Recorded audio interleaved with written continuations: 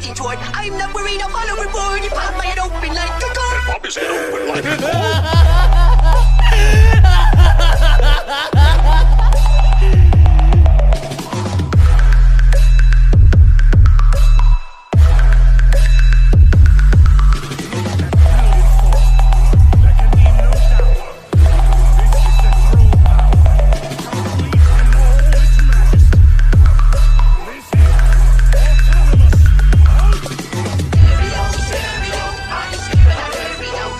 इस एपिसोड के स्टार्टिंग होते है एम्परर के पैलेस से, मतलब कि डार्क डायमेंशन से। एम्परर गुस्से के मारे अपना पावर अप स्टार्ट करता है। उसका पावर अप इतना स्ट्रांग होता है कि इससे 12 टाइमलाइंस और साथ में पूरा डार्क डायमेंशन हिलने लग जाता है। इस पावर को गोकू भी सेंस कर रहा था। गोकू कहता है तो मुझे अब कुछ ना कुछ करना होगा, मैं उससे लड़ नहीं सकता। हमारे लड़ने से सारे मॉडल्स को खतरा है, ना कि मॉडल्स को, सारे टाइमलाइंस को भी खतरा है। मुझे होल्ड बैक करना पड़ेगा। गोकू कुछ भी करे उससे पहले एम्पर वहाँ पे पहुँच के उसके ऊपर अटैक कर देता है, पर गोकू टाइम रहते उस अटैक को डॉच करने में कामयाब हो जाता है। एम्परर काफ़ी ज़्यादा गुस्से में था। एम्परर कुछ भी नहीं देखता, वो सीधा गोकू पर अटैक कर देता है। उसके अटैक से एक प्लैनेट डिस्ट्रॉय हो जाता है। कहने को तो एक प्लैनेट डिस्ट्रॉय हुआ, पर असल में उसके पीछे काफ़ी सारे प्लैनेट डिस्ट्रॉय हुए और पूरी की पूरी टाइमलाइन वैनिश होने लग गई। मार्वल फ्रेंचाइजी से वन बिलो ऑल हल्क ये सब देख रहा था। वन अबव ऑल कहता है अगर ओमनी बीइंग्स ही अपने इमोशंस पे कंट्रोल नहीं कर पाए तो हम मॉडल से कुछ एक्सपेक्ट भी नहीं कर सकते। मुझे याद है ऐसा ये किस्सा पहले हमारे साथ भी हो चुका है, जब इटर्निटी और डेथ ये दोनों लड़ पड़े थे। डीसी फ्रेंचाइजी से लूसीफर ये सब देख रहा था। लूसीफर कहता है सच में एनीमे फ्रेंचाइजी में कुछ भी हो सकता है। ये दोनों नाइशेंट बीइंग होके ऐसा लड़ रहे वाकई में। अगर गलती से भी ये लोग इस फ्रेंचाइजी में घुस गए तो काफ़ी बड़ी दिक्कत होने वाली है। इस मोमेंट पे गोकू होल्ड बैक करना छोड़कर अभी बैटल में उतर चुका था। एम्परर गोकू को मारने की काफ़ी ज़्यादा कोशिश कर रहा था, पर गोकू ये सब डॉच कर रहा था। गोकू भी एम्परर को मारने की कोशिश कर रहा था, पर एम्परर भी इस सब को डॉच कर रहा था। एम्परर गोकू पर चिल्लाता है और कहता है तुम्हारी सिस्टर ने तुम्हें इस लेवल पे पहुंचाया और तुम हो जिसने उसे ख़त्म कर दिया। तुम्हारा जैसा भाई किसी को नहीं मिलना चाहिए। गोकू एम्परर से कहता है कि तुम्हें तो एहसानों की बात नहीं करनी चाहिए, क्योंकि तुम्हारे मास्टर, तुमने कहा था कि तुम्हारे मास्टर बारडॉग है, पर आखिर में प्लांट वेजिटा और बारडॉग ये दोनों तुम्हारी वजह से ख़त्म हो गए। फीमेल सैयन की डेथ की बात पूरे मल्टीवर्स में, सारे ही टाइमलाइंस में और सारे ही रियलिटीज़ में फैल गई। फीमेल सैयन की डेथ की खबर 3 ऐसे सैयन एंटिटीज़ को लग गई जो काफ़ी टाइम से पावरफुल होना चाहते थे। वो तीनों ये डिसाइड करते हैं कि वो एम्परर की मदद करेंगे सुपर सैयन इन्फिनिटी को मारने के लिए, जिससे कि जेंजुरिकी की पोस्ट उनमें से किसी एक को मिल जाए।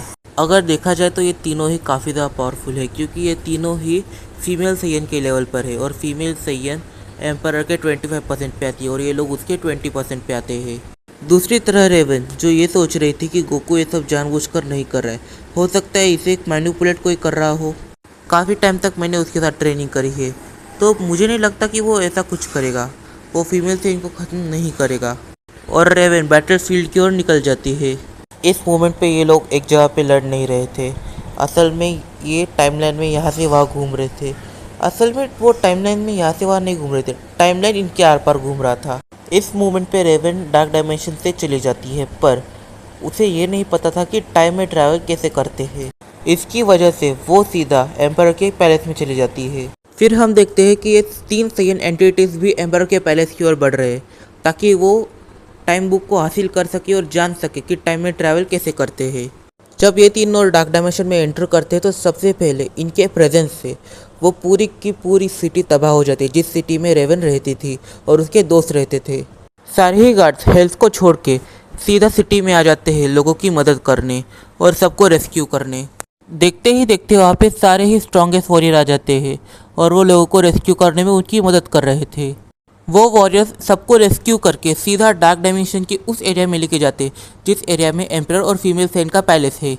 मौके का फ़ायदा उठाकर एक गॉड हेल से सीधा गॉड रिल्म की ओर भाग जाता है, पर रास्ते में उसे रेवन की स्टूडेंट पकड़ लेती है और उसे पीट पीट कर फिर से हेल की ओर भागने पर मजबूर कर देती है। तभी वहाँ पे उन 3 सैयन एंटिटीज़ में से एक एंटिटी आ जाता है और वो उस स्टूडेंट से कहता है तो तुमने इस गॉड को इस तरह से भगाया है, काफ़ी काबिले तारीफ़ है, पर क्या तुम मुझे बता सकती हो कि मिस्टर एम्परर कहाँ पे है? रेवन के स्टूडेंट को ये न्यूज़ नहीं पता कि फीमेल सैयन की डेथ हो चुकी है। रेवन की स्टूडेंट कहती है वो उनके पैलेस में होंगे, क्योंकि ज़्यादा समय वो पैलेस में ही रहते हैं। वो किसी टाइमलाइन वगैरह में अपना प्रेजेंस देना बिल्कुल पसंद नहीं करते। ये सुनते ही साइन एंटिटी के दिमाग में एक चीज़ आती है। वो कहता है अगर मैं इन दोनों से पहले पैलेस में पहुंच जाता हूँ तो मैं एम्पायर के साथ डील कर सकता हूँ। मैं उससे डील करूँगा कि मैं इन्फिनिटी को मारने में आपकी हेल्प करूँगा, इसके बदले में आप मुझे अपना जिंजुरिकी बनाइए। वो साइन एंटिटी वहाँ से उड़कर चला जाता है और डार्क डायमेंशन में ग्रेविटी काफ़ी ज़्यादा है, पर फिर भी वो उड़ पा रहा है। इसका मतलब ये है कि वो जेंजुरुकी की पोस्ट के लिए वर्ती है। फिर हम देखते हैं एक ऐसी सिटी को जो ज़मीन के अंदर बनी हुई है। इस सिटी में अभी वो लोग आए हैं जिन लोगों को रेस्क्यू किया गया है। ये जो सिटी है, ये सिटी है साइंस की, और उन तीनों में से एक सेन एंटिटी, वो सेन एंटिटी इस सिटी में आया था। वो सिटी में आके पूछता है कि मुझे एम्परर कहाँ पे मिलेगा। माद्रा उस सेन को देखकर कहता है तो तुम इस सिटी में रहने वाले बिल्कुल नहीं हो, तुम कहीं और से आए हो, क्या मैं सही कह रहा हूँ? अगर तुम एम्परर का पता चाहते हो तो मैं तुम्हें पहले ही बता दूँ कि वो कहाँ पे है, किसी को भी नहीं पता। तभी वहाँ पे हाशिरामा आता है और हाशिरामा कहता है कि हो सकता है कि वो अपने पैलेस पे हो। ये तीनों ही सेन एंटिटीज अभी एम्परर के पैलेस की ओर बढ़ते हैं। तभी ये तीनों एक दूसरे को देख लेते हैं। इस मोमेंट पे ये तीनों ही जानते हैं कि जेंजुरिकी की पोस्ट सिर्फ एक है, किसी एक को ही जेंजुरिकी बनाया जाएगा, और ये तीनों ही आपस में लड़ पड़ते हैं। उतने ही टाइम में रेवन एम्परर की बुक को ढूंढ लेती है, और बुक को ढूंढते ही वो टाइम में आगे पीछे जाने लग जाती है, और वो देखती है कि वो किस टाइमलाइन में अभी है।